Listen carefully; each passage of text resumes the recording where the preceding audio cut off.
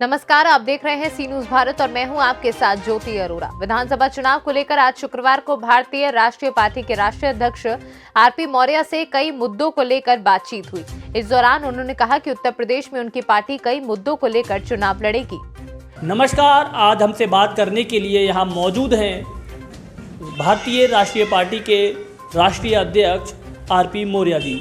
इनसे जानेंगे इनकी पार्टी उत्तर प्रदेश में कौन कौन सी सीटों से चुनाव लड़ रही है, जानने की कोशिश करते हैं। बहुत बहुत स्वागत है सर। आपकी पार्टी किन मुद्दों पर लेकर चुनाव लड़ रही है? सबसे पहले तो आपने एक बात कही है कि आपकी पार्टी, ये पार्टी जो होती है ना किसी एक व्यक्ति विशेष की नहीं होती है, पार्टी जो होती सभी की होती है। तो जो चीज़ ये संबोधन आता है आपकी पार्टी, मेरी पार्टी, तो ये अखिलेश यादव, मायावती और तमाम जो व्यक्तिवादी पार्टियाँ उन पार्टियों से अलग पूर्णतः लोकतांत्रिक पार्टी है और इसमें हर युवा के लिए बराबर की भागीदारी, चाहे मैं हूँ, चाहे आप हैं, कोई और है। हाँ, तो आपने प्रश्न किया कि मतलब उत्तर प्रदेश में किन किन सीटों पे चुनाव लड़ रही है, किन किन मुद्दों पे मुद्दों की कमी नहीं है इस देश के अंदर। जैसे कि अब शिक्षा को ही ले लीजिए। भारत देश में अगर बात करें जीडीपी में तो हर व्यक्ति उतना ही इम्पोर्टेंट रोल रखता है जितना प्रधानमंत्री। अगर हर व्यक्ति आईएएस पीसीएस की रैंक का हो जाएगा तो ऑटोमेटिकली जीडीपी बढ़ जाएगी। हमारे देश में जो एजुकेशन व्यवस्था है वो पूरी की पूरी डाउन पड़ी हुई है। बच्चे जो हैं लावारिस घूम रहे हैं, मतलब जैसे किसी के माता पिता नहीं है, कोई देखने वाला नहीं है, वैसे ही सरकार और प्रधानमंत्री मुख्यमंत्री के प्रति अगर जो जिम्मेदारियाँ होती हैं उनकी, उसको अगर कंपेयर किया जाए तो हमारे देश के बच्चे लावारिस हैं, कोई देखने वाला नहीं है, उनका भविष्य राम भरोसे चल रहा है।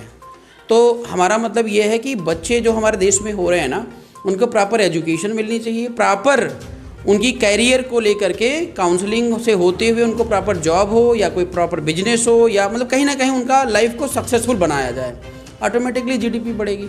सबसे बड़ा मुद्दा तो यही है, लेकिन ये ऑनेस्टी से काम होना चाहिए, ये नहीं कि टाइम पास होना चाहिए। दूसरी बात, देश के अंदर भ्रष्टाचार ले लो।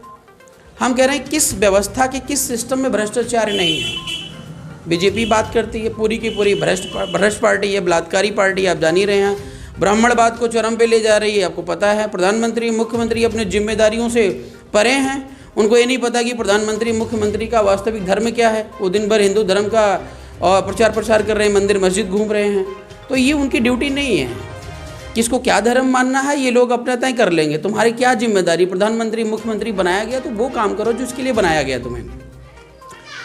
तो मैंने आपको बताया कि जो है भ्रष्टाचार हो गया और तमाम ऐसे मुद्दे हैं, ठीक है ना। देश की जो व्यवस्था है, देश की व्यवस्था में आप ले लो, कानून व्यवस्था को ले लो। कानून व्यवस्था में आप चले जाइए, न्याय की बात करिए, किसको न्याय मिल रहा है मुझे बता दो। अगर आप दबंग हैं और जिसकी लाठी उसकी भैंस, उसको न्याय क्या मिलता है, उसकी तरफ फैसला हो जाता है। गरीब आदमी थाने में जाके एफआईआर करवा के दिखा दे। क्या आपकी सरकार बन गई इन चीज़ों पर सुधार कर पाएंगे? देखिए, हम जो काम करते हैं वो 100% का काम कर रहे हैं। ये फालतू में पार्टी बना के टाइम पास करने हम लोग आए हुए नहीं। हम लोग पढ़े लिखे इंजीनियर और डॉक्टर की रैंक के हैं। मैं खुद ही एरोनॉटिकल इंजीनियर हूँ। और अभी 2022 में विधानसभा कोरोना ठीक पहले पार्टी का गठन हुआ। टारगेट हमारा 403 सीट का था, लेकिन कोरोना ने पूरा का पूरा व्यवस्था तहस नहस कर दिया है। तो जिस हिसाब से काम होना चाहिए था वो काम हम लोग कर नहीं पाए हैं। तो हमारा फोकस ये है कि कुछ सीटों पर जो है हमारे कैंडिडेट स्वतंत्रता पूर्वक लड़ें और जीतें। तो उसमें से सबसे पहली जो प्राथमिकता है, देखो कौन फोन करा, ये सबसे पहली प्राथमिकता जो है वो बिलसी को हमने दिया है। और इसलिए हम यहाँ पर बिलसी में लगभग 1 महीने हो गया हम लोग गाँव जा कर के कैडर दे रहे हैं और बिलसी को जीतना है। एनीवे, अशोका राज की बात हम कर रहे हैं। उस समय जब हमारा देश सोने की चिड़िया था, सेम वैसा प्रोसीजर प्लान हम लोग लेकर के आए। बिलसी की क्या महत्वपूर्ण समस्या है आपकी टारगेट पर? 8वीं क्लास के बाद बच्चे सीधे खेत में लग जाते हैं, सबसे बड़ी समस्या है। लड़कियों के लिए कोई व्यवस्था नहीं है, यहाँ पे कोई व्यवस्था नहीं है। स्कूल कॉलेज बहुत दूर दूर तक हैं। गाँव में चले जाइए, किसी भी गाँव में मैं जा कर के देखूँ, अगर आप चले साथ में, मैं बता रहा हूँ पानी एकदम झमाझम लहरा रहा, गंदगी से पूरा का पूरा भरा है। सीवरेज सिस्टम की कोई व्यवस्था नहीं। जितने भी लोग हैं सब खेतीहर मजदूर। आसानी से नेता आते 2-4 हज़ार 5 हज़ार रुपये दे करके और बरगरा के ले जाते कि तुम्हारा उद्धार कर दूंगा, कल्याण कर दूंगा। रोड पे गाड़ियां चल रही हैं, आप भी एंकरिंग कर रहे हैं, लगातार देख रहे हो। डेली कम से कम मैं बताऊं कि 20 डेथ जो है डेली बदायूं में हो रही हैं।